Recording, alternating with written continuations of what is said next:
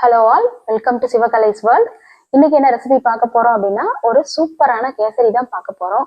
இந்த கேசரி எவ்வளவு லேட் ஆனாலும் நல்லா பாத்தீங்க அப்படின்னா கேசரி ரொம்ப சாஃப்டாகவும் அதே சமயம் நல்லா டேஸ்டாவும் இருக்கும். இந்த கேசரி ஹஸ்பண்டோட ஆஃபீஸ்ல பாட்லுக்கு நான் அதுக்காக தான் செஞ்சு கொடுத்தேன்.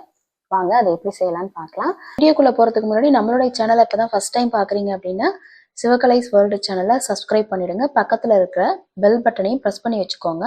இந்த ரவா கேசரிக்கு என்ன தேவையான பொருட்கள் அப்படிங்கிறத பார்க்கலாம் வாங்க. இதுக்கு நான் 2 கப்பு அளவுக்கு ரவா எடுத்திருக்கேன். 2 கப் ரவாவுக்கு சுகர் பார்த்தீங்க அப்படின்னா நான் ப்ரௌன் சுகர் எடுத்திருக்கேன். ப்ரௌன் சுகர் 1 கப்புக்கு 2 கப்பு சுகர் எடுத்துக்கணும். நான் மொத்தம் 4 கப்பு சுகர் எடுத்திருக்கேன். அடுத்து இதுக்கு 1/3 கப் அளவுக்கு திராட்சை எடுத்திருக்கேன். ஒரு 1/2 கப் அளவுக்கு உடைச்ச முந்திரி பருப்பு எடுத்து வச்சிருக்கேன். இந்த கேசரி பார்த்தீங்க அப்படின்னா ரொம்ப நேரம் ஆனாலும் அதனுடைய டெக்ஸ்சர் மாறாமல் நல்லா டேஸ்ட்டாக இருக்கிறதுக்கு பார்த்தீங்க அப்படின்னா 1 கப்பு நெய் எடுத்திருக்கேன். இன்னொரு கப்பு பார்த்தீங்க அப்படின்னா வாசனை இல்லாத ஆயில், நல்லெண்ணெய், கடலெண்ணெயை தவிர நீங்கள் வேறு எந்த ஆயில் வேணாலும் எடுத்துக்கலாம். அடுத்து பார்த்தீங்க அப்படின்னா ஒரு 1/4 டீஸ்பூன் அளவுக்கு ஏலக்காய் பொடி எடுத்திருக்கேன். அடுத்து பார்த்தீங்க அப்படின்னா குங்குமப்பூவை கொஞ்சமாக எடுத்து ஹாட் வாட்டரில் ஊற வச்சுருக்கேன். ஏன் அப்படின்னா இதுக்கு நம்ம கேசரி கலர் பவுடர் எதுவும் சேர்க்கல. நம்ம இந்த குங்குமப்பூ ஊற வச்சிருக்கோம் இல்லையா, இதை தான் நம்ம அதில் ஆட் பண்ணிக்க போகிறோம். நான் இது எல்லாமே எடுத்துருக்கிறது பார்த்தீங்க அப்படின்னா இந்த மெஷரிங் கப்பால் தான் எடுத்திருக்கேன். வாங்க இப்போ எப்படி செய்யலான்னு பார்க்கலாம். அடுத்து நம்ம அடுப்பில் ஒரு கடாயை வச்சுக்கலாம். கடாயை வச்சுட்டு கொஞ்சம் நெய்யை சேர்த்துக்கலாம். நெய் சேர்த்து கொஞ்ச நேரம் காயட்டும். இப்போ ஹீட் ஆனதும் இதில் நம்ம எடுத்து வச்சிருக்கிற முந்திரி பருப்பை சேர்த்துக்கலாம். முந்திரி பருப்பை சேர்த்து நம்ம வறுத்துக்கலாம். அதில் நம்ம முந்திரி பருப்பை நல்லா உடைச்சிக்கணும். முந்திரி பருப்பை நாளாக உடைச்சிக்கணும். ஏன்னா உள்ளே ஏதாவது பார்த்தீங்க அப்படின்னா பூச்சி ஏதாவது இருக்கும். அதனால முழுசாக சேர்த்துக்காம உடைச்சி சேர்த்துக்கிறது தான் பெஸ்ட்டு. சேர்த்து கொஞ்சம் செவக்கிற அளவு வரைக்கும் நம்ம வறுத்துக்கலாம். நீங்கள் முந்திரி பருப்பை உங்கள் விருப்பம் போல் சேர்த்துக்கோங்க. நான் ஒரு 1/2 கப் அளவுக்கு முந்திரி பருப்பு எடுத்திருக்கேன். இதில் நம்ம எடுத்து வச்சிருக்கிற திராட்சையும் சேர்த்துக்கலாம். சேர்த்து இதுவும் நல்லா உப்பி வர்ற அளவுக்கு நம்ம வறுத்து எடுத்துக்கலாம். ஃபர்ஸ்ட் நம்ம முந்திரி பருப்பு சேர்த்துக்கணும். ஏன்னா அது வறுபடுறதுக்கு தான் கொஞ்சம் லேட் ஆகும். அதை வறுத்துட்டோம் அப்படின்னா அதுக்கப்புறம் நம்ம அது கூட திராட்சையும் சேர்த்துக்கலாம். ஒரு மீடியம் ஃப்ளேம்லேயே வச்சு வறுத்து எடுத்துக்கோங்க. திராட்சையும் நல்லா உப்பி வந்துடுச்சு, முந்திரி பருப்பும் நல்லா செவந்துடுச்சு. இந்த அளவுக்கு போதும். நம்ம எல்லாத்தையும் எடுத்துக்கலாம். அடுத்து நம்ம இதே பாத்திரத்திலே நம்ம எடுத்து வச்சிருக்கிற ரவாவை சேர்த்துக்கலாம். ரவாவை சேர்த்து மீடியம் ஃப்ளேம்லேயே வச்சுக்கோங்க. ஃப்ளேமை அதிகப்படுத்திட வேண்டாம். இல்லைன்னா ரவா பார்த்தீங்க அப்படின்னா ஒரு மாதிரி தீஞ்ச வாசனை அடிக்கும். அதனால மீடியம் ஃப்ளேம்லேயே வச்சுட்டு அதை அப்படியே நம்ம வறுத்து எடுத்துக்கலாம். வாசனை வர்ற அளவுக்கு நம்ம வறுத்து எடுத்துக்கணும். கொஞ்சம் கைவிடாமல் நம்ம ரவாவை வறுக்கணும். அப்போ தான் நம்ம எல்லா பக்கமும் ஒரே மாதிரி ஈவனாக வறுபட்டிருக்கும். நம்ம ரவாவை நல்லா வறுத்து சேர்க்கும் போது தான் கேசரியோட டேஸ்ட்டே ரொம்ப நல்லா இருக்கும். நல்லா வறுபடலை அப்படின்னா கேசரியில் பார்த்தீங்கன்னா டேஸ்ட் அந்த அளவுக்கு நல்லா இருக்காது. நம்ம அப்படியே பச்சையாக ரவா சேர்த்த மாதிரி இருக்கும். அதனால இதை நம்ம கைவிடாமல் நல்லா வறுத்து எடுத்துக்கலாம். இப்போ பாருங்க, ரவா வறுபட்டுடுச்சு. ரவாலே பார்த்தீங்கன்னா நிறைய டிஃப்ரெண்ட் இருக்கு. நான் எடுத்துருக்கிறது பார்த்தீங்கன்னா ஃபைன் ரவா. இது பார்த்தீங்கன்னா கொஞ்சம் நைஸாக இருக்கும் இந்த ரவா. அதை நம்ம பார்த்து கடையில் வாங்கிக்கணும். பாருங்க, இந்த அளவுக்கு வறுபட்டா போதும். நம்ம இப்போ அதை எடுத்து வச்சிடலாம். ரவாவை தண்ணி பார்த்தீங்கன்னா 1 கப்பு ரவாவுக்கு 3 கப் அளவுக்கு தண்ணி வேணும். நீங்க எந்த கப்பில் மெஷர் பண்றீங்களோ அதே கப்பால 1 கப்பு ரவா எடுத்தீங்க அப்படின்னா 3 கப்பு தண்ணி சேர்த்துக்கோங்க. இப்போ நான் 2 கப்பு ரவா எடுத்திருக்கேன். அதனால மொத்தம் 6 கப் அளவுக்கு நான் தண்ணி இதுல சேர்த்திருக்கேன். தண்ணி சேர்த்து நல்லா கொதி வரட்டும். கொதிச்ச பிறகுதான் நம்ம ரவாவை சேர்த்துக்கணும்.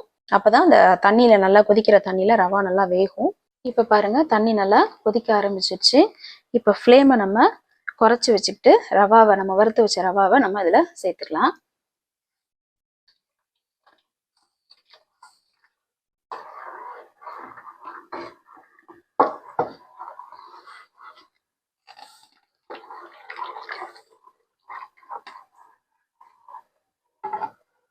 இப்போ நம்ம எல்லா ரவாவையும் அதில் சேர்த்தாச்சு. சேர்த்து கட்டி இல்லாமல் நம்ம நல்லா கரைச்சி விடணும். இப்போ பாருங்க, நம்ம ரவாவை சேர்த்து நல்லா தண்ணியோட சேர்த்து கட்டி இல்லாமல் நம்ம கரைச்சி விட்டோம். இந்த ரவா என்ன பண்ணணும் அப்படின்னா கொஞ்ச நேரம் ரவா வேகணும்.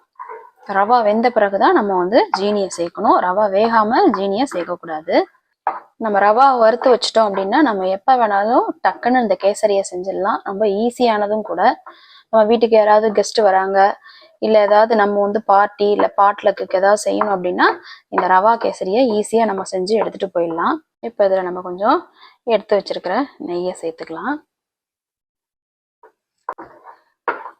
கொஞ்சம் கை விடாம மட்டும் நம்ம கலரி விட்டுக்கிட்டே இருக்கணும், இல்லைன்னா அடி பிடிச்சிரும். நான்ஸ்டிக்னா அடி பிடிக்காது.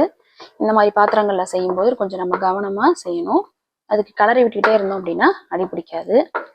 இப்ப நம்ம கையால எடுத்து பார்க்கலாம் ரவா வெந்திருக்கான்னு. இப்ப பாத்தீங்கன்னா நம்மளோட ரவா எல்லாம் வெந்துருச்சு. இப்ப நம்ம இதுல நம்ம எடுத்து வச்சிருக்கிற ஜீனியை சேர்த்துக்கலாம். நான் வந்து ப்ரௌன் சுகர் சேர்த்திருக்கேன். 1 கப்புக்கு பாத்தீங்க அப்படின்னா 2 கப்பு நான் சுகர் சேர்த்திருக்கேன். 2 கப்பு ரவா எடுத்ததுனால 4 கப் அளவுக்கு நான் வந்து சுகர் எடுத்திருக்கேன். நீங்க உங்களுடைய இனிப்பு வந்து கம்மியா வேணும் அப்படின்னா நீங்க வந்து 2 கப்புக்கு பதிலா 1.5 கப்பு அளவு கூட நீங்க எடுத்துக்கலாம். இது உங்களுடைய விருப்பம் போல சுகரை மட்டும் நீங்க ஆட் பண்ணிக்கோங்க. இப்ப சுகர் சேர்க்கறதுனால கொஞ்சம் வந்து இலக்கம் கொடுக்கும், அப்புறம் கொஞ்சம் கெட்டியாயிடும். நீங்க ஒயிட் சுகர் கூட சேர்த்துக்கலாம். இப்ப நம்ம இந்த சமயத்துல கலருக்காக எடுத்து வச்சிருக்கோம் இல்லையா, தண்ணியில சுடு தண்ணியில குங்குமப்பூ போட்டு வச்சிருக்கிறது, அதை நம்ம இதுல சேர்த்துக்கலாம். இல்ல நீங்க கேசரி பவுடர் கூட சேர்த்துக்கலாம். ஏதாவது ஒரு சில கட்டிகள் இருந்துச்சு அப்படின்னாலே நம்ம அந்த கரண்டியால நல்லா அமுக்கி விட்டோம் அப்படின்னா கட்டியெல்லாம் உடைஞ்சிரும். இப்ப நம்ம இதுல எடுத்து வச்சிருக்கிற நெய், எண்ணெய் இதை நம்ம அதுல சேர்த்துக்கலாம். இப்ப கொஞ்சம் சேர்த்துக்கலாம், கடைசியா கொஞ்சம் சேர்த்துக்கலாம். சமயத்துல மேல தெளிக்கும் இந்த எண்ணெய் நெய் எல்லாம், அதனால ஃப்ளேமை கொஞ்சம் பார்த்து வச்சுக்கோங்க. இப்ப நம்ம 2 கப்பு சேர்த்திருக்கிறோம் ரவா. அதுக்கு நான் வந்து 1 கப்பு நெய்யும் 1 கப்பு ஆயிலும் சேர்த்திருக்கேன். வாசனை இல்லாத எண்ணெயா சேர்த்துக்கோங்க. நல்லெண்ணெய் சேர்த்துக்காதீங்க. நல்லெண்ணெய், கடலெண்ணெய் அதெல்லாம் பார்த்தீங்க அப்படின்னா வாசனை உள்ள எண்ணெய், அதனால அதை சேர்த்துக்காதீங்க. வாசனை இல்லாத ஆயில் ஏதாவது சேர்த்துக்கோங்க. எதுக்காக நம்ம ஆயில் சேர்த்துக்கிறோம் அப்படின்னா, ஆயில் சேர்த்துக்கிட்டோம் அப்படின்னா கேசரி வந்து ஆறி போனாலும் வந்து அதோடைய டெக்ஸ்சர் மாறாம நல்லா இருக்கும், ரொம்ப ட்ரை ஆகாமலும் இருக்கும். இப்ப நம்ம இதுல எடுத்து வச்சிருக்கிற முந்திரி, திராட்சையை சேர்த்துக்கலாம்.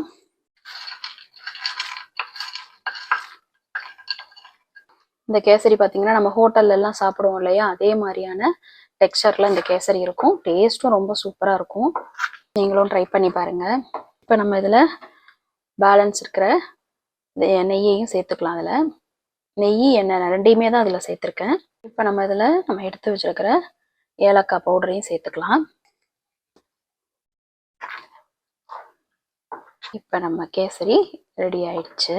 நீங்களும் இதே மாதிரி நான் சொன்ன அளவுகள்ல கேசரிய செஞ்சு பார்த்துட்டு எப்படி இருக்குன்னு கமெண்ட் பண்ணுங்க. இந்த வீடியோ பிடிச்சிருந்தது அப்படின்னாலும் லைக் பண்ணுங்க, ஷேர் பண்ணுங்க. மறக்காம சிவகலைஸ் வேர்ல்டு சேனலை சப்ஸ்கிரைபும் பண்ணிடுங்க. தேங்க்ஸ் ஃபார் வாட்சிங்.